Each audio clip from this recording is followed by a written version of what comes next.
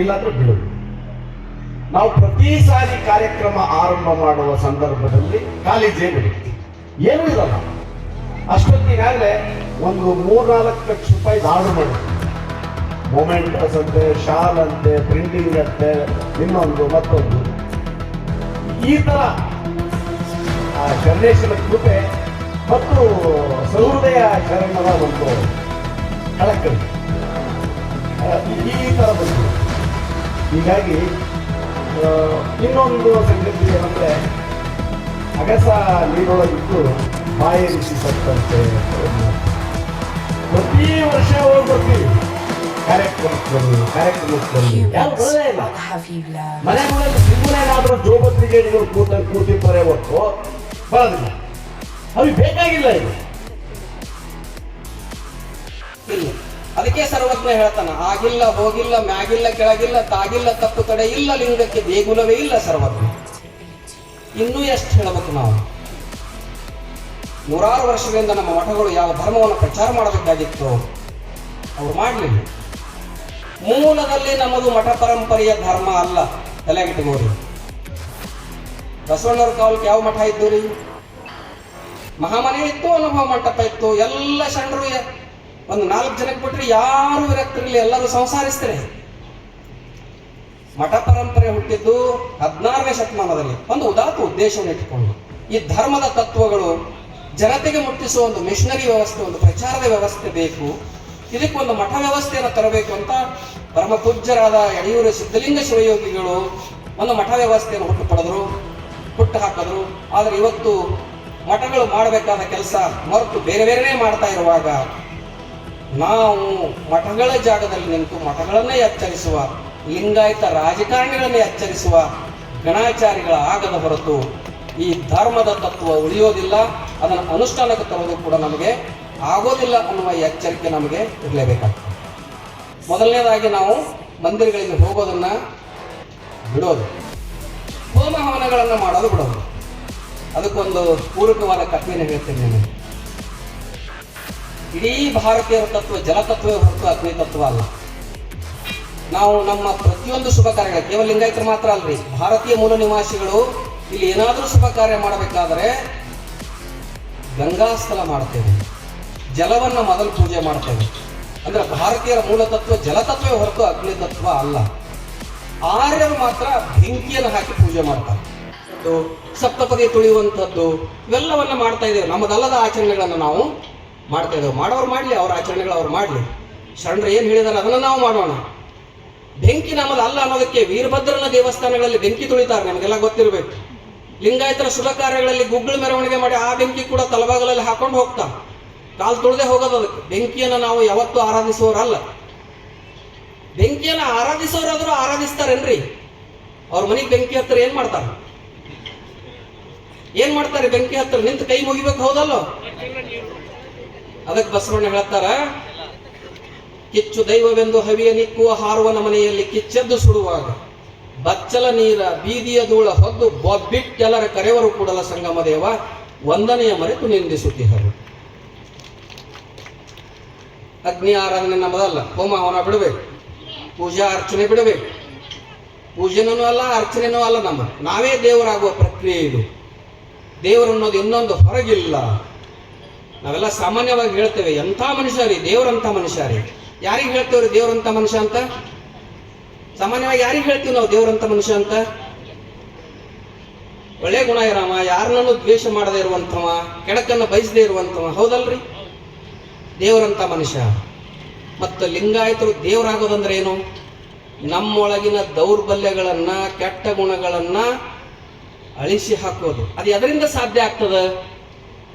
ಇಷ್ಟಲಿಂಗದ ಅನುಸಂಧಾನದಿಂದ ಸಾಧ್ಯ ಆಗ್ತದೆ. ಇದು 12ನೇ ಶತಮಾನದಲ್ಲಿ ಪ್ರಾಯೋಗಿಕವಾಗಿ ಶರಣರು ಮಾಡಿ ತೋರಿಸಿದ್ದಾರೆ ನಮಗೆ.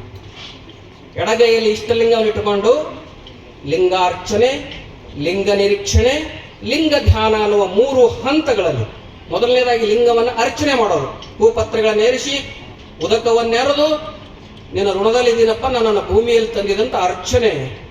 ಆಮೇಲೆ ಲಿಂಗ ನಿರೀಕ್ಷಣೆ, ತದೇಕ ಚಿತ್ತವಾಗಿ ಅನಿಮಿಷರಾಗಿ ಲಿಂಗವನ್ನು ದೃಷ್ಟಿಸೋದು, ಏಕಾಗ್ರತೆ ಮತ್ತು ವ್ಯಕ್ತಿತ್ವ ವಿಕಸನ, ನನ್ನೊಳಗಿನ ದೋಷಗಳನ್ನು ಕಳೆದುಕೊಳ್ಳುವ ಎರಡನೇ ಹಂತ ಅದು ಲಿಂಗ ನಿರೀಕ್ಷಣೆ. ಆಮೇಲೆ ಲಿಂಗವನ್ನು ಕರಡಿಗೆಯಲ್ಲಿ ಇಟ್ಟುಕೊಂಡು ಒಂದಷ್ಟು ಹೊತ್ತು ಲಿಂಗ ಧ್ಯಾನವನ್ನು ಮಾಡೋದು. ಈ 3 ಹಂತಗಳಲ್ಲಿ ನಾವು ಮಾಡ್ತಾ ಹೋದಾಗ ನಮ್ಮಲ್ಲಿ ವ್ಯಕ್ತಿತ್ವ ವಿಕಸನ ಆಗಿ ಸಮರಸ, ಸಮಕಳೆ, ಸಮಭಾವಗಳು ನಮ್ಮೆಲ್ಲರಲ್ಲಿ ಅಳವಟ್ಟು ನಾನು ನೀನು ಅನ್ನುವ ಭೇದ ಭಾವ ಅಳಿದು ಹೋಗಿ ನಾವೆಲ್ಲರೂ ಒಂದೇ ಅನ್ನುವ ಭಾವ ಬರಲಿಕ್ಕೆ ಸಾಧ್ಯ ಆಗೋದು ಇಷ್ಟಲಿಂಗದ ಅನುಸಂಧಾನದ ಮೂಲಕ. ಆವಾಗ ನಾನೇ ದೇವರಾಗೋದು, ದೇವರನ್ನು ಹೊರ ಹುಡುಕಾಡುವ ಅಗತ್ಯ ಇರೋದಿಲ್ಲ. ಹೀಗಾಗಿ ಅನ್ಯ ದೈವ ಇಲ್ಲ. ಅನ್ಯ ದೈವ ಅಂದ್ರೆ ನಾವು ಯಾರೋ ತಿರುಪತಿ ವೆಂಕಟರಮಣನೋ ಧರ್ಮಸ್ಥಳದ ಮಂಜುನಾಥನೋ ಕಾಣಿಸಿದ ಅದನ್ನೇ ಹೇಳ್ತಾನೆ. ನಾವು ಬೇರೆ ದೇವರಿಗೆ ಬೈತೀವಿ ನಮ್ಮ ಸ್ವಾಮಿಗಳನ್ನು, ನಾವು ಯಾವ ದೇವರಿಗೂ ಬೈಕ್ ಹೋಗಲ್ರಿ, ಅದು ನಿಮ್ಮ ನಂಬಿಕೆ, ನೀವು ಮಾಡ್ಕೊಂಡು ಹೋಗ್ರಿ. ನಮ್ಮಲ್ಲಿ ಶರಣರು ಹೇಳೋದು ಕೂಡ ಬೇರೆ ಯಾವ ದೇವರನ್ನು ಬೈಯೋದಿಲ್ಲ, ಅವರು ಯಾರನ್ನು ಟೀಕಿಸೋದಿಲ್ಲ. ಅವ್ರು ಹೇಳೋದೇನು ಗೊತ್ತಾ, ಅನ್ಯ ದೈವದ ಹಂಗ ಬೇಡ ನಿನಗೆ. ಅನ್ಯ ದೈವ ಅಂದ್ರೆ ಯಾವುದು? ನಿನ್ನ ಬಿಟ್ಟು ಅನ್ಯ, ನಾನೇ ದೈವ, ನಿನ್ನ ನೀನರಿದಡೆ ನೀನೇ ದೇವ ನೋಡ. ಅದಕ್ಕೆ ಅಲ್ಲಮ ಪ್ರಭುಗಳು ಹೇಳ್ತಾರೆ, ಹಸದಾಗ ಒಂದು ತುತ್ತು ಅನ್ನ ಕೊಡ್ತೀನಿ ನಿನಗೆ, ನೀರಿಡಿಸಿದಾಗ ಒಂಚೂರು ನೀರು ಕೊಡ್ತೀನಿ, ನೀ ದೇವನೋ ನಾ ದೇವನೋ? ನಾ ದೇವ, ಹೋಗೋ ನೀನ್ಯಾವ ದೇವ? ದೇವರನ್ನು ಕೂಡ ಸವಾಲು ಹಾಕಿ ಗೆದ್ದಂತ ಶರಣರ ಸಂಸ್ಕೃತಿಯ ಲಿಂಗಾಯತ ವಾರಸದಾರರು ಇವತ್ತು ತಲೆಗೊಳಿಸ್ಕೊಳ್ತೇವೆ, ಅಂಗಿ ಕಳ್ಕೊಳ್ತೇವೆ, ಕರಿ ಬಟ್ಟೆ ಹಾಕೊಳ್ತೇವೆ, ಬಿರಿ ಬಟ್ಟೆ ಹಾಕೊಳ್ತೇವೆ, ಕೆಂಪು ದೀಪ ನೋಡ್ತೇವೆ. ಕರಿ ಲಿಂಗ ಕೈ ಹಾಕೊಂಡ್ರು ಕೆಂಪು ದೀಪ ನೋಡಕ್ ಹೋಗೋರು ಅದಾರ ನಮ್ಮಲ್ಲಿ, ಬಿಳಿ ಸೀರೆ ಹಾಕೊಂಡು ಅದಾರಿಲ್ರಿ. ಲಿಂಗಾಯತರು ಇವತ್ತು ಹಾದಿ ತಪ್ಪಿದ ಲಿಂಗಾಯತರಾಗಿ ಮಠಗಳು ತಮ್ಮ ಜವಾಬ್ದಾರಿಯನ್ನು ಮರೆತಿರೋ ಕಾರಣದಿಂದ ನಾವು ಇವತ್ತು ಮಠಗಳನ್ನು ಮಹಾಮನೆಗಳಾಗಿ ಅನುಭವ ಮಂಟಪಗಳಾಗಿ ಪರಿವರ್ತಿಸಿ ಜಾಗೃತ ಲಿಂಗಾಯತರಾಗಬೇಕಾಗಿದೆ. ನಮ್ಮ ಕೊರಳಲ್ಲಿರೋದು ಏನು? ಇಷ್ಟಲಿಂಗ. ಅದನ್ನೇನಂತ ಕರೀತಾರೆ ಶರಣರು? ಅರಿವಿನ ಕುರುಹು ಅಂತ ಕರೀತಾರೆ. ಏನಂತ್ರಿ? ಅರಿವಿನ ಕುರುಹು. ನಮ್ಮಲ್ಲಿ ಅರಿವನ್ನ, ಜ್ಞಾನವನ್ನ, ಪ್ರಜ್ಞೆಯನ್ನ ಗಳಿಸ್ತಕ್ಕಂಥದ್ದು. ಎದರ ಕುರಿತು ಅರಿವು? ನಮ್ಮನ್ನು ಶೋಷಿಸುವ ಕೆಟ್ಟ ಸಂಗತಿಗಳ ಕುರಿತು ನಮಗೆ ಅರಿವು ಬರೋದು. ನಮ್ಮನ್ನು ಯಾವ್ಯಾವ ಶೋಷಣೆ ಮಾಡ್ತಾವೋ, ವೈದಿಕ ವ್ಯವಸ್ಥೆ ನಮ್ಮ ಶೋಷಣೆ ಮಾಡ್ತದೆ, ಅದರ ಕುರಿತು ಯಾರಿಗೆ ಅರಿವು ಬರ್ತದೋ ಅವರು ಅರಿವುಗೊಂಡವರು. ಅರಿವುಗೊಂಡವ್ರನ್ನ ಲಿಂಗಾಯತರಂತಾರೆ, ಬುದ್ಧಿಗೊಂಡವ್ರನ್ನ ಬೌದ್ಧರಂತ. ದಯವಿಟ್ಟು ತಾವೆಲ್ಲರೂ ಅರಿವು ಅರಿವು ಎಂದರೆ ಸುಮ್ಮನೆನಾ? ಅರಿವು ಹಂಗೆ ಬಂದುಬಿಡ್ತದ ಅಂತ ಕೇಳ್ತಾರೆ ಅಲ್ಲಮ ಪ್ರಭುಗಳು. ಹೆಂಗ ಬರ್ತದೆ ನಿಮಗೆ? ಇಂಧನ ಹೆಜ್ಜೆಯನ್ನು ಅರಿಯದೆ ಇಂಧನ ಹೆಜ್ಜೆ ನಿಲ್ಲದು, ಇಂಧನ ಹೆಜ್ಜೆ ನಿಲ್ಲಿಸದೆ ಮುಂದೆ ಹೆಜ್ಜೆ ಇಡ್ಲಿಕ್ಕಾಗಲ್ಲ. ಅಂದ್ರೆ ಇತಿಹಾಸದ ಪ್ರಜ್ಞೆ ಲಿಂಗಾಯತರಿಗೆ ಬೇಕು. ಇತಿಹಾಸದ ಪ್ರಜ್ಞೆ ಇದ್ರಂದ್ರೆ ಹಿಂದಣ ಹೆಜ್ಜೆ, ಅದು ಭವಿಷ್ಯವನ್ನ ಸರಿಯಾಗಿ ಕಟ್ಕೊಳ್ಳೋಕೆ ಸಾಧ್ಯ ಆಗ್ತದೆ ಅನ್ನುವಂಥ ಮಾತನ್ನ ಅಲ್ಲಮ ಪ್ರಭುಗಳು 12ನೇ ಶತಮಾನದಲ್ಲಿ ಹೇಳ್ತಾರೆ. ಅದನ್ನೇ ಅಂಬೇಡ್ಕರ್ ಅವರು 20ನೇ ಶತಮಾನದಲ್ಲಿ ಹೇಳ್ತಾರೆ. ಏನು? ಯಾರಿಗೆ ಇತಿಹಾಸದ ಪ್ರಜ್ಞೆ ಇಲ್ವೋ ಅವರು ಇತಿಹಾಸವನ್ನು ನಿರ್ಮಿಸಲೇ ಸಾಧ್ಯ ಇಲ್ಲ. ದೇವಸ್ಥಾನಗಳು ಸುಲಿಗೆಯ ಕೇಂದ್ರಗಳು, ವ್ಯಾಪಾರದ ಕೇಂದ್ರಗಳು. ನಾನು ಅನೇಕ ಕಡೆ ಹೇಳಿದ್ದೇನೆ ಈ ಮಾತನ್ನ. ನನ್ನ ವಿಡಿಯೋ ತುಣುಕುಗಳು ಕೂಡ ತಾವು ಸಾಮಾಜಿಕ ಜಾಲತಾಣಗಳಲ್ಲಿ ನೋಡಿರಬೇಕು. ಡಾಕ್ಟರ್ ಬಿ ಆರ್ ಅಂಬೇಡ್ಕರ್ ಅವರು ಹೇಳ್ತಾರೆ, ಆನ್ ಎಜುಕೇಟೆಡ್ ಫೂಲ್, ಒಬ್ಬ ವಿದ್ಯಾವಂತ ಮೂರ್ಖ ಒಂದು ಜಾಗಕ್ಕೆ ಹೋಗಿ ರೊಕ್ಕ ಕೊಟ್ಟು ಏನೂ ಖರೀದಿ ಮಾಡಲಾರ್ದೇನೆ ಬರೆಗೈಲೆ ವಾಪಸ್ ಬರೋದೇ ದೇವಸ್ಥಾನ. ನೀವು ಹೋಗ್ತೀರಿ, ನಿಮ್ಮ ಕೂದಲು ಕೊಡ್ತೀರಿ, ನಿಮ್ಮ ಕೂದಲು ನಿಮ್ಮ ಎದುರುಗಡೆನೆ ಮಾರಾಟ ಆಗ್ತದೆ. ಎಷ್ಟಕ್ಕೆ ಕೆಜಿ ರೀ? 5,000 ರೂಪಾಯಿ ಒಂದು ಕೆಜಿ ನಿಮ್ಮ ಕೂದಲು ಮಾರಾಟ ಆಗ್ತದೆ. ಅದರ ರೈತ ಬೆಳೆದ 1 ಟನ್ ಕಬ್ಬು 12 ಸಲ ಕಂಪ್ನಿಯವ್ರ ಜೊತೆ ನೆಗೋಸಿಯೇಟ್ ಮಾಡಿದಾಗ 3,000 ರೂಪಾಯಿ ಕೊಡ್ತಾರ. ಹಬ್ಬ ಅಂದ್ರೆ ವರ್ಷ ಇಡೀ ನಿಮ್ಮ ಶ್ರಮ, ರಕ್ತ, ಬೆವರು ಎಲ್ಲ ಹಾಕಿ ಬೆಳೆದಿರೋ ಕಬ್ಬಿನ ಬೆಲೆ ಎಷ್ಟ್ರಿ? 1 ಟನ್ನಿಗೆ ಕೇವಲ 3,000.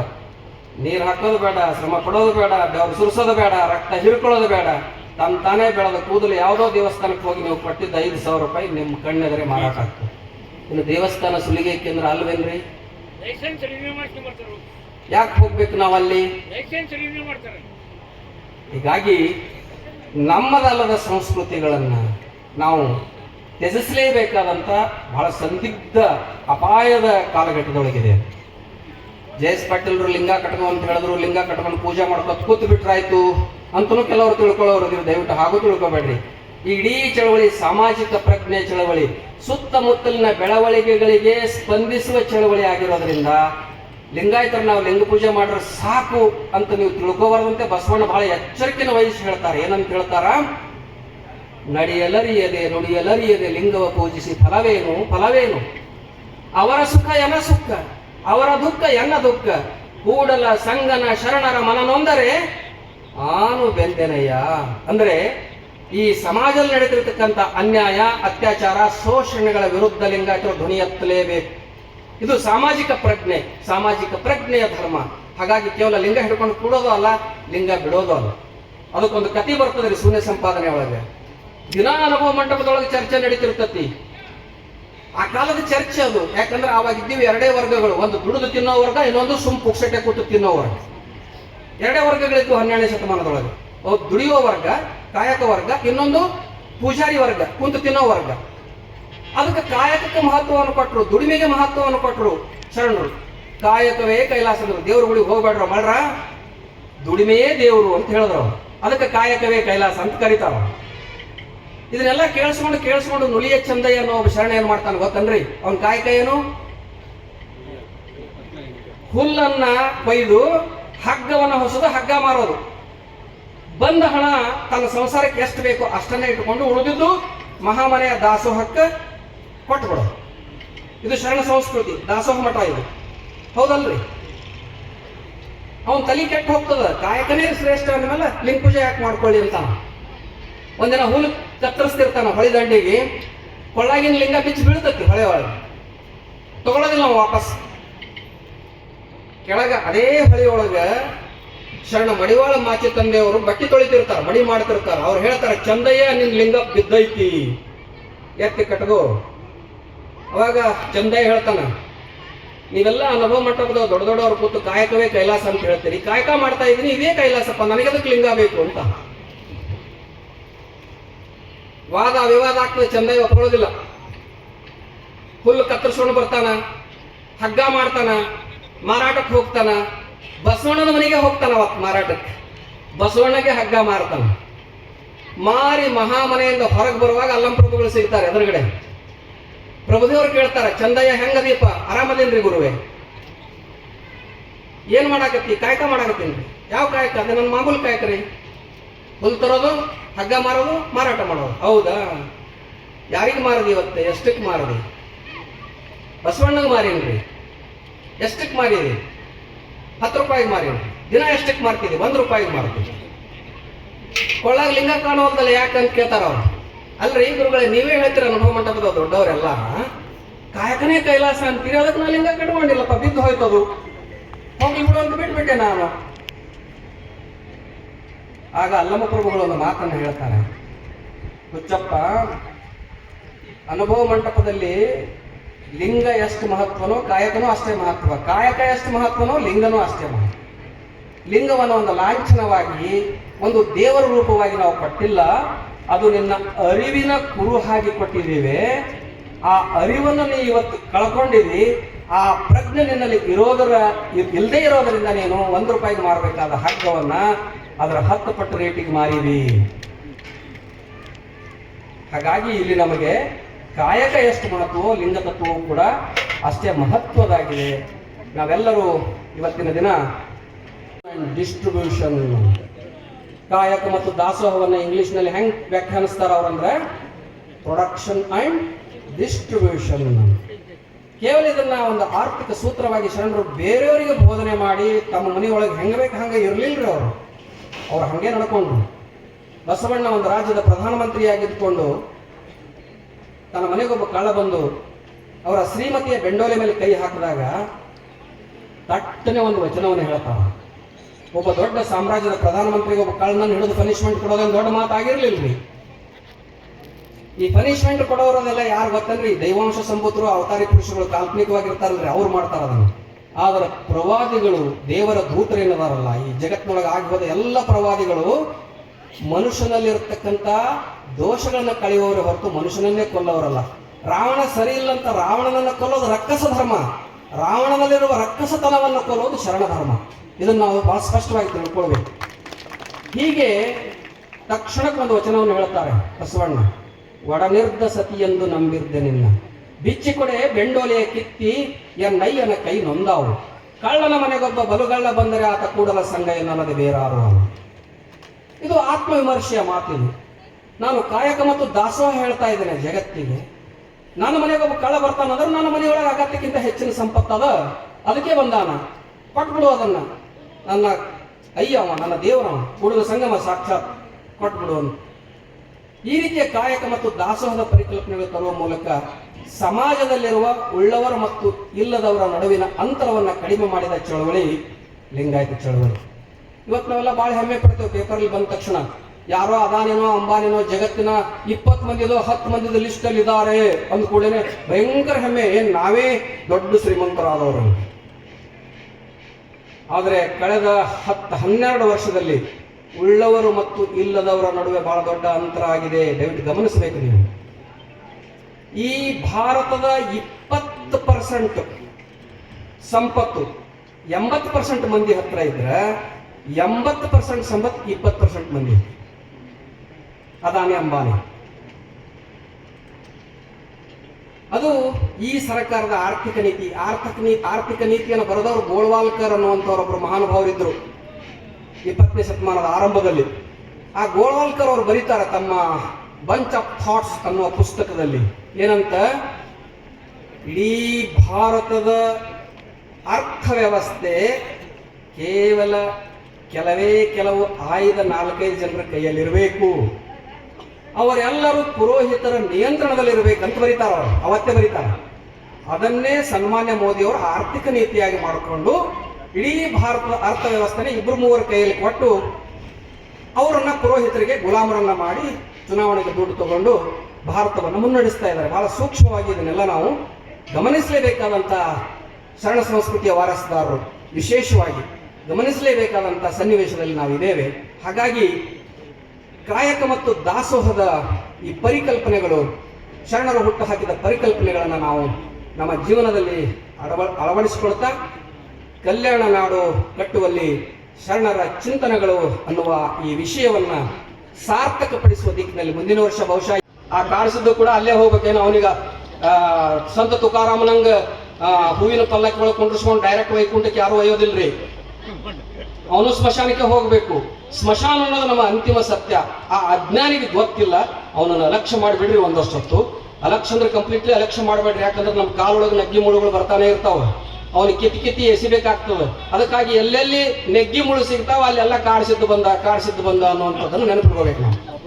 ಆ ರೀತಿ ನೆನಪಿಟ್ಟುಕೊಂಡು ನಾವು ನಮ್ಮ ಶರಣ ಸಂಸ್ಕೃತಿಯನ್ನ, ಶರಣ ತತ್ವವನ್ನ ಅನುಷ್ಠಾನಗೊಳಿಸುವ ಸುಪುತ್ರರಾಗಿರ್ತಕ್ಕಂಥ ದೊಣೆಹಳ್ಳಿ ಗುರುಮೂರ್ತಿ ಸ್ವಾಮಿಗಳು ನಿಜವಾಗ್ಲೂ ಅದ್ಭುತವಾಗಿರ್ತಕ್ಕಂಥ ಕಾರ್ಯಕ್ರಮವನ್ನು ಇತ್ತೀಚಿನ ದಿನದಲ್ಲಿ ದೊಣೆಹಳ್ಳಿಯಲ್ಲಿ ನಡೆಸ್ತಾ ಇರೋದು ಬಹಳ ಸಂತೋಷ. ಶರಣ ಡಾಕ್ಟರ್ JS ಪಾಟೀಲ್ ರವರು ಅದ್ಭುತವಾಗಿರ್ತಕ್ಕಂಥ 900 ವರ್ಷಗಳ ಹಿಂದೆ ಏನು ನಮ್ಮ ಅನುಭವ ಮಂಟಪದಲ್ಲಿ ನಡೆದಂಥ ಶರಣ ತತ್ವ ಚಿಂತನೆಗಳನ್ನು ಅದ್ಭುತವಾಗಿ ಅವರು ಮಾತನಾಡಿದ್ದಾರೆ. ಅದು ಎಲ್ಲೋ ಒಂದು ಕಡೆ ಜಿಜ್ಞಾಸೆಯನ್ನು ಮೂಡಿಸುವಂಥದ್ದಿದೆ. ನಾನು ಅದನ್ನು 100ಕ್ಕೆ 100 ಒಪ್ಕೊಳ್ತೀನಿ. ಆದರೆ ಎಲ್ಲರೂ ಸಹ ಅದನ್ನು ಒಪ್ಕೊಳ್ಳೋದು ಸ್ವಲ್ಪ ಕಷ್ಟ ಆಗ್ತದೆ. ಇದು ನನ್ನ ವೈಯಕ್ತಿಕ ಅಭಿಪ್ರಾಯ. ಹಾಗಾಗಿ ನಾನು ರೆಡಿ ಇದ್ದೀನಿ.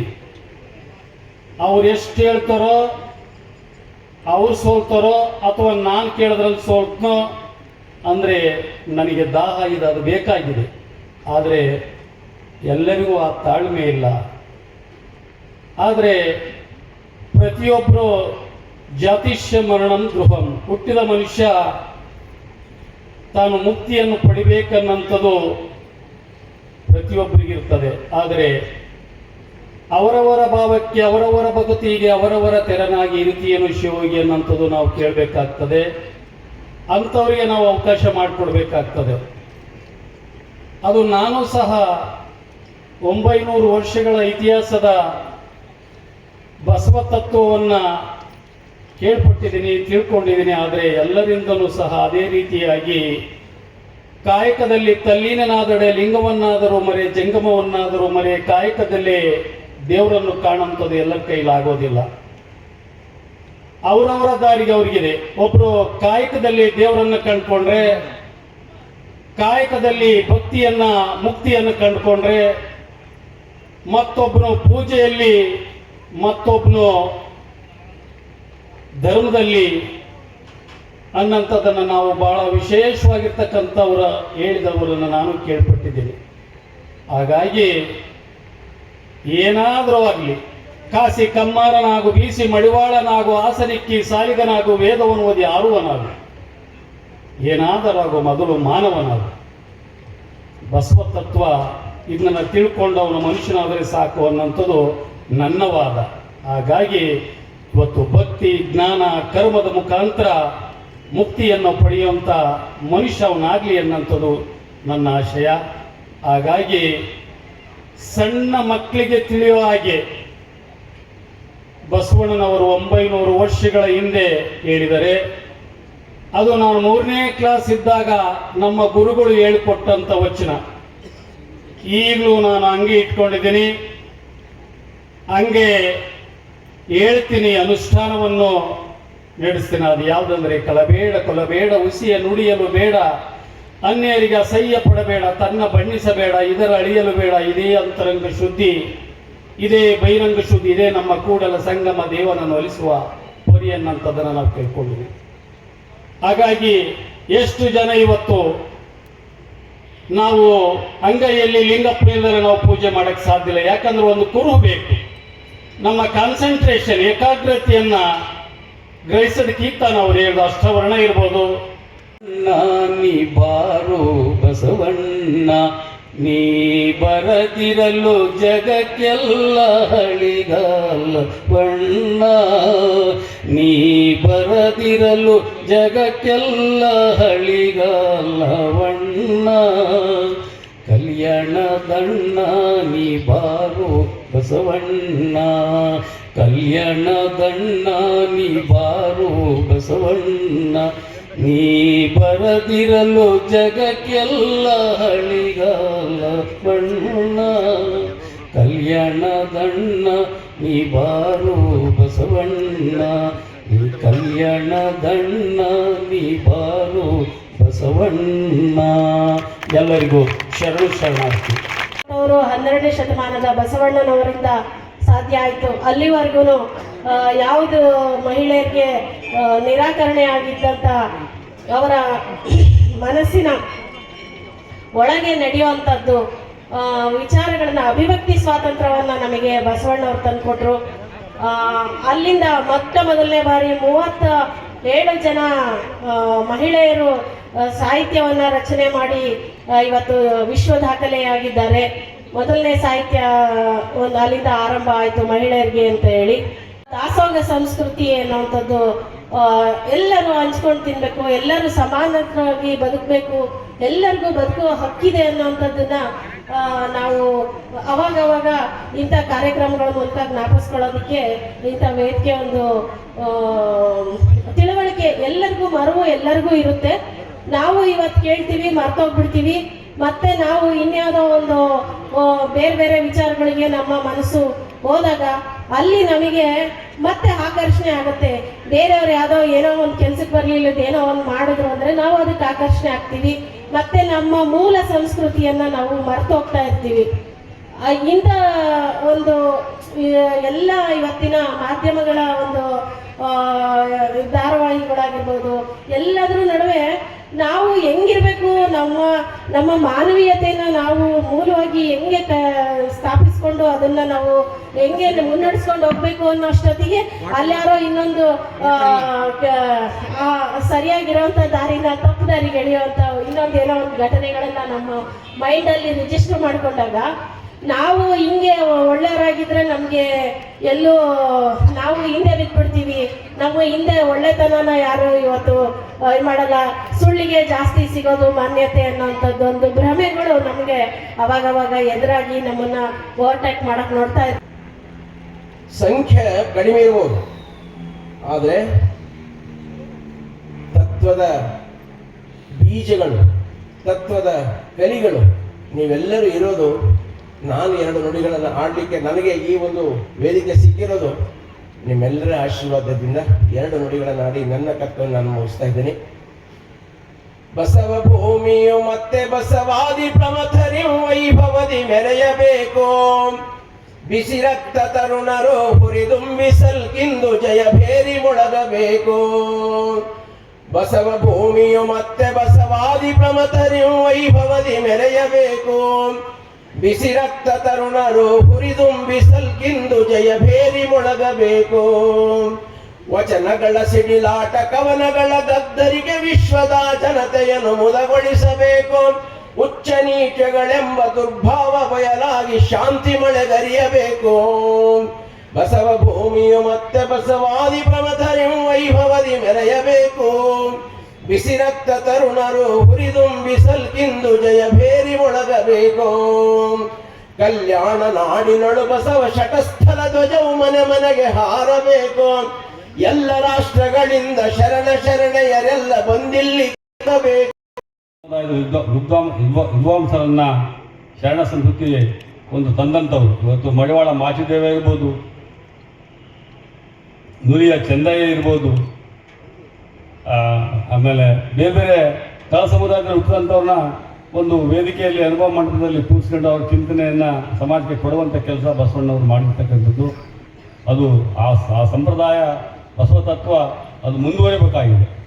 ಅದರಲ್ಲಿ ವಿಶೇಷವಾಗಿ ನಮ್ಮ ದೊಣ್ಣೆಹಳ್ಳಿ ಗ್ರಾಮ ಐಮಡಿ ಏನು ಶರಣಾರಿಯರು ದಾಸೋಗ ಮಠದಲ್ಲಿ ಇವತ್ತು ದಾಸೋಗ, ಜ್ಞಾನ ದಾಸೋಗ, ಅನ್ನ ದಾಸೋಗ, ಶಿಕ್ಷಣ ದಾಸೋಗವನ್ನು ಮಾಡಿ ಇವತ್ತು ಈ ಭಾಗದಲ್ಲಿ ತನ್ನದೇ ಆದಂಥ ಚಾಪನ್ನು ಮೂಡಿ ಇರ್ತಕ್ಕಂಥದ್ದು ಈ ಒಂದು ಈ ನೆಲದ ಒಂದು ಸಂಸ್ಕೃತಿ ಅಂತ ನಾವು ಭಾವಿಸ್ತೇವೆ.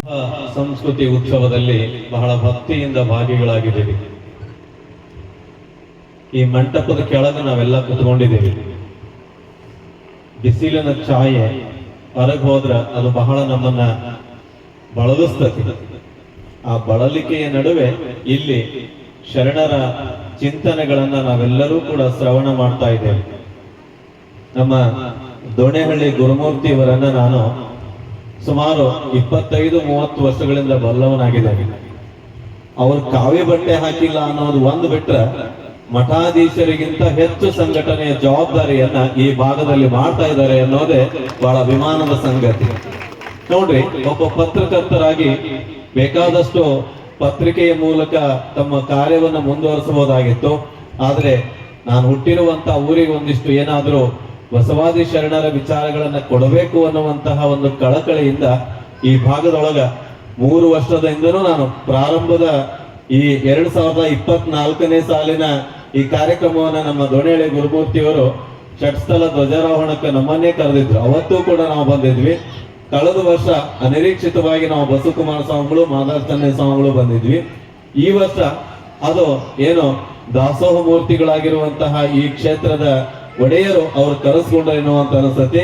ಇವತ್ತು ಪತ್ರಿಕೆಯೊಳಗೆ ನಮ್ಮ ಹೆಸರು ಇರ್ಲಿಲ್ಲ, ಆದ್ರೆ ಬಸವಕುಮಾರ ಸ್ವಾಮಿಗಳು ದೊಣ್ಣೆಹಳ್ಳಿಗೆ ನೀವು ಮುರುಘೇಶ ಸ್ವಾಮಿಗಳು ಹೋಗಿ ಬರ್ರಿ ಎನ್ನುವಂತಹ ಒಂದು ಪ್ರೀತಿಯ ಮಾತನ್ನು ಹೇಳಿದಾಗ ನಾವು ಬಹಳ ಅಭಿಮಾನದಿಂದ ಬಂದ್ವಿ. 3ನೇ ವರ್ಷದ ಈ ಕಾರ್ಯಕ್ರಮವನ್ನು ನೋಡ್ತಾ ಇದ್ರ ನಿಜಕ್ಕೂ ಬಹಳ ಕಷ್ಟ. ಏನು ಕಷ್ಟ ಅಂತಂದ್ರೆ ಪೆಂಡಲ್ ಹಾಕೋದು ಕಷ್ಟ ಅಲ್ಲ, ಮೈಕ್ ರೆಡಿ ಮಾಡೋದು ಕಷ್ಟ ಅಲ್ಲ, ವೇದಿಕೆ ರೆಡಿ ಮಾಡೋದು ಕಷ್ಟ ಅಲ್ಲ, ಲೈಟಿಂಗ್ಸ್ ಅರೇಂಜ್ ಮಾಡೋದು ಕಷ್ಟ ಅಲ್ಲ, ಅತಿಥಿಗಳನ್ನು ಕರೆಸೋದು ಕಷ್ಟ ಅಲ್ಲ. ಹಾಗಾದ್ರೆ ಯಾವ್ದು ಬಹಳ ಕಷ್ಟದ ಕೆಲಸ ಅಂದ್ರೆ 2 ಗಂಟೆ ಹೊತ್ತಾದ್ರೂ, ಊಟದ ಹೊತ್ತಾದ್ರೂ ಇಲ್ಲಿ ಕುತ್ಕೊಂಡು ಕೇಳಕ್ ಕುಂತಿರಲ್ಲ, ನಿಮ್ಮನ್ನು ಸೇರಿಸೋದು ಬಹಳ ಕಷ್ಟದ ಕೆಲಸ. ಇವನ್ನೆಲ್ಲ ಅರೇಂಜ್ ಮಾಡ್ಬೋದು, ಆದ್ರ ಮೊಬೈಲ್ ಬಿಟ್ಟು, ಟಿವಿ ಬಿಟ್ಟು, ವಾಟ್ಸಾಪ್ ಬಿಟ್ಟು, ಫೇಸ್ಬುಕ್ ಬಿಟ್ಟು ಎಲ್ಲಾ ಬಿಟ್ಟು ಕುತ್ಕೊಳ್ಳೋದೈತಲ್ಲ, ಇದ ದೊಡ್ಡ ಸಾಧನೆ ಅಂತ ನಾವು ಭಾವಿಸ್ಬೇಕಾಗೈತಿ ಈಗಿನ ದಿನಮಾನದೊಳಗೆ. ಬಹಳ ಸುಮ್ಮನೆ ನಾವು ಗಂಭೀರವಾಗಿ ವಿಚಾರ ಮಾಡ್ಬೇಕು. ನಿಮಗಲ್ಲ, ನನಗೆ ನಾನು ಕೇಳ್ಕೊಳ್ತೇನೆ, ದಿವಸಕ್ಕ 24 ಗಂಟೆಯೊಳಗ 2 ಗಂಟೆ ಮೊಬೈಲ್ ಬಿಟ್ಟಿರಕ್ ಸಾಧ್ಯನೋ ಅಂತ ನನ್ನ ಮನಸ್ಸಿಗೆ ನಾನೇ ಕೇಳ್ಕೊಳ್ತೇನೆ. ಅಂತ ಕಷ್ಟದ ಪರಿಸ್ಥಿತಿಯೊಳಗೆ ನಾವಿದ್ದೇವೆ. ಮಕ್ಕಳ ಕೈಯಾಗ ಮೊಬೈಲ್ ಕೊಡ್ಲಿಲ್ಲ ಅಂದ್ರೆ ಊಟನೇ ಮಾಡ್ಲಾರ್ದಂತ ಪರಿಸ್ಥಿತಿಯೊಳಗ ನಾವಿದ್ದೇವೆ. ಇಂಥ ಪರಿಸ್ಥಿತಿಯೊಳಗ ಈ 21ನೇ ಶತಮಾನದೊಳಗ ಇಂಥ ಕೆಟ್ಟ ಸುಡು ಬಿಸಿಲೊಳಗ ಬಹಳ ತಾಳ್ಮೆಯಿಂದ ಶ್ರದ್ಧೆಯಿಂದ ಬಟ್ ಹಸ್ರು ಕೂಡ ಇಲ್ಲಿ ಕುಂತು ಕೇಳಕ್ ಕುಂತಿರಲ್ಲ. ಈ ತಾಕತ್ತಿರೋದು ಯಾವುದಕ್ಕೆ ಅಂದ್ರೆ ಬಸವಾದಿ ಶರಣರ ಸಿದ್ಧಾಂತಗಳಿಗೆ ಅನ್ನೋದನ್ನ ನಾವು ಬಹಳ ಹೆಮ್ಮೆಯಿಂದ ಹೇಳಬೇಕಾಗುತ್ತೆ. ಬಹಳ ಅಭಿಮಾನದ ಸಂಗತಿ ಏನು ಅಂತಂದ್ರೆ ಈ ದಾಸೋಹ ಸಂಸ್ಕೃತಿ ಉತ್ಸವ ಅಂತ ನಮ್ಮ ದೊಣೆಹಳ್ಳಿ ಗುರುಮೂರ್ತಿಯವರು ನಮ್ಮ ಐಮಡಿ ಶರಣರನ್ನ ಕಟ್ಕೊಂಡು ಈ ಎಲ್ಲ ಬಳಗ ಕಟ್ಕೊಂಡು ಇವತ್ತು ಉದ್ಘಾಟನೆ ಮಾಡ್ಯಾರ. ಇನ್ನು ನಾಳೆ ನಾಡ್ದು 2 ದಿವಸ ಬಹಳ ವಿಶೇಷ ಕಾರ್ಯಕ್ರಮವನ್ನು ಹಮ್ಮಿಕೊಂಡಿದ್ದಾರೆ. ಇದ್ರೊಳಗೆ ಬಸವೇಶ್ವರ ಆಸ್ಪತ್ರೆಯ ಸಿಬ್ಬಂದಿ ಮೂಲಕ ಉಚಿತ ಆರೋಗ್ಯ ತಪಾಸಣೆ, ಉಚಿತ ಚಿಕಿತ್ಸಾ ಶಿಬಿರವನ್ನು ಇಟ್ಟುಕೊಂಡಿದ್ದಾರೆ. ಸಂವಿಧಾನ ಏನು ರಕ್ಷಣೆಯನ್ನು ಹೇಗೆ ಮಾಡಬೇಕು ಅನ್ನುವಂತಹದ್ದು, ಯುವಕರ ಪಾತ್ರ ಎಷ್ಟೈತಿ ಎನ್ನುವಂತಹ ಈ ದಿನಮಾನದೊಳಗ ವಿಶೇಷ ಕಾರ್ಯಕ್ರಮವನ್ನ 3 ದಿವಸಗಳ ಕಾಲ ಹಮ್ಮಿಕೊಂಡಿದ್ದಾರೆ. ಇವನಾರವನೆಂದೆನಿಸಿದರೆಗ ಇವ ನಮ್ಮವನೆಂದೆನಿಸಯ್ಯ. ಇವ ನಮ್ಮ ಕುಂಡ ಸಂಗಮ ದೇವರ ಮಹಾಮನೆಯ ಮಗನೆಂದೆನಿಸಯ್ಯ. ದೇವರಿಗೆ ಗುಡಿ ಇಲ್ಲ, ಗುಡಿಗಿರ ದೇವರಲ್ಲ. ದೇವರಿಗೆ ಗುಡಿ ಇಲ್ಲ, ಗುಡಿಗಿರ ದೇವರಲ್ಲ. Walking temple and talking god. ಈ ಹೊಸ ಸಂಸ್ಕೃತಿಯನ್ನ ಹುಟ್ಟಾಕಿದರು 12ನೇ ಶತಮಾನದಲ್ಲಿ ಅಚ್ಚ ಕನ್ನಡದ ಬೇಸಾಯಗಾರರಾದ ಬಸವಚಂದ್ರ. ಒಂದು ಜಾತಿ ಕೇರಳದಲ್ಲಿ ಒಬ್ಬರು ಸಂತರಾಗಿ ಹೋಗಿದ್ದಾರೆ, ನಾರಾಯಣ ಗುರು ಅಂತೇಳಿ. 1 ಕಾಸ್ಟ್ 1 ಗಾಡ್ 1 ರಿಲಿಜನ್ ಅಂದ್ರೇನು, ಒಂದು ಜಾತಿ ಒಂದು ಮತಂ ಒಂದು ದೈವಂ ಅಂತ ಮಲಯಾಳಿ ಭಾಷೆಯಲ್ಲಿ ಹೇಳಿದ್ದಾರೆ. ಆದ್ರೆ 12ನೇ ಶತಮಾನದಲ್ಲಿ ವಿಶ್ವ ರಾಷ್ಟ್ರ ಸಂಸ್ಥೆ ಅನುಭವ ಮಂಟಪ ಅಂದ್ರೆ ಕೇವಲ ಒಂದು ಕಟ್ಟಡ ಅಲ್ಲ, ಅದು ವಿಶ್ವ ರಾಷ್ಟ್ರ ಸಂಸ್ಥೆ. 2ನೇ ಮಹಾಯುದ್ಧ ಆದಾಗ ಎಲ್ಲಾ ದೇಶದ ನಾಯಕರು ಕೂಡ್ಕೊಂಡು ವಿಶ್ವ ರಾಷ್ಟ್ರ ಸಂಸ್ಥೆ ಯೂನಿವರ್ಸಲ್ ಯುನೈಟೆಡ್ ನೇಷನ್ಸ್ ಆರ್ಗನೈಸೇಷನ್ ಮಾಡಿದ್ರು. ಅದಕ್ಕೆ ಅನುಭವ ಮಂಟಪ ಅಂದ್ರೆ ಅದು ಯುನೈಟೆಡ್ ನೇಷನ್ಸ್ ಆರ್ಗನೈಸೇಷನ್. ಅದು ತಿಳ್ಕೋಬೇಕು. ಎಲ್ಲರೂ ಲಿಂಗ ಕಟ್ಟಿಬೋದು. ಲಿಂಗವನ್ನು ಕಟ್ಟಲಿಕ್ಕೆ ಯಾರು ಜಾತಿ ಮತ ಪಂಥ ಭೇದ ಇಲ್ಲ. ಅದಕ್ಕೋಸ್ಕರ ಅಂತ ಕ್ರಾಂತಿಯನ್ನ, ಅಂತ ಒಂದು ರೆವಲ್ಯೂಷನ್ ಅನ್ನ ಬಸವಚಂದ್ರರು ಮಾಡಿದ್ದಾರೆ. ಅಕ್ಷರ ಕಲಿಯಿರಿ ಅಂದ್ರೆ ಅಕ್ಷರ ಕಲಿಯಕ್ಕೆ ನಿಮ್ ಕೈಲಾಗಲ್ಲ. ಮತ್ತೆ ಏನ್ ಕಲಿತೀರ ನೀವು? ಧರ್ಮವನ್ನು ಹೆಂಗ್ ರಕ್ಷಿಸ್ತೀರಾ? ನಿಮ್ ಬದುಕು ಹೆಂಗೆ ಮುಂದೆ ಬರ್ತಕ್ಕಂಥವ್ರಿಗೆ ಗುಲಾಮರಾಗಿರ್ಬೇಕಾಗತ್ತೆ. ನಮ್ಮ ಧರ್ಮ ಗುಲಾಮ ಧರ್ಮ ಅಲ್ಲ, ಎಚ್ಚರಿಕೆಯಿಂದ ಇಟ್ಕೊಂಡಿರ್ಬೇಕು. ಈ ದೇಶವನ್ನ ಬೇರೆ ದೇಶಕ್ಕೆ ಮಾರಾಟ ಮಾಡಿ ನಿಮ್ಮನ್ನೆಲ್ಲ ಸಾಲದ ಸುಳಿಯಲ್ಲಿ ಸಿಲುಕಿಸಿ ನಿಮ್ಮನ್ನ ಹಾಳು ಮಾಡುವಂತ ಒಂದು ಹುನ್ನಾರ ನಡೆದಿದೆ. ಎಚ್ಚರಿಕೆಯಿಂದ ಇರ್ರಿ. ನಿಮ್ಮ ಮುಂದೆ ನಿಮ್ಮನ್ನ ರಕ್ಷಣೆ ಮಾಡ್ತಕ್ಕಂಥವ್ರು ಯಾರು ಬರ್ತಾರೆ? ಬಸವಾದಿ ಪ್ರಮುಖರು ಬಿಟ್ಟರೆ ನಿಮ್ಮನ್ನು ಯಾರು ರಕ್ಷಣೆ ಮಾಡಲ್ಲ. ಇದನ್ನ ಚೆನ್ನಾಗಿ ತಿಳ್ಕೊಡ್ರಿ. ಇವಾಗಲೇ ನೀವು ಎಚ್ಚರ ಆದ್ರೆ ನೀವು ಉದ್ಧಾರ ಆಗ್ತೀರಾ. ಇಲ್ಲ ಅಂತಂದ್ರೆ ಬಹಳ ಕಷ್ಟದ ಪರಿಸ್ಥಿತಿ ಇದೆ. ನಿಮಗೆಲ್ಲರಿಗೂ ಈ ಸಂದೇಶವನ್ನು ನೀಡಿ ಬಸವಾದಿ ಪ್ರಮುಖರು ನಿಮಗೆಲ್ಲರಿಗೂ ಕೂಡ ಸದ್ಬುದ್ಧಿಯನ್ನು ಕರುಣಿಸಲಿ. ಸತ್ಯ ಶುದ್ಧ ಕಾಯಕ, ದಾಸೋಹ, ಶಿವಯೋಗ, ಸಮಾನತೆ, ಅರಿವು, ದಯೆ, ಶಿಕ್ಷಣ ಈ ಸಂಘಟನೆಯಲ್ಲಿ ನೀವೆಲ್ಲರೂ ಬರಬೇಕು ಅಂತೇಳಿ ಹಾರೈಸಿ, ಶುಭ ಹಾರೈಸಿ ಎಲ್ಲರಿಗೂ ಶುಭವಾಗಲಿ.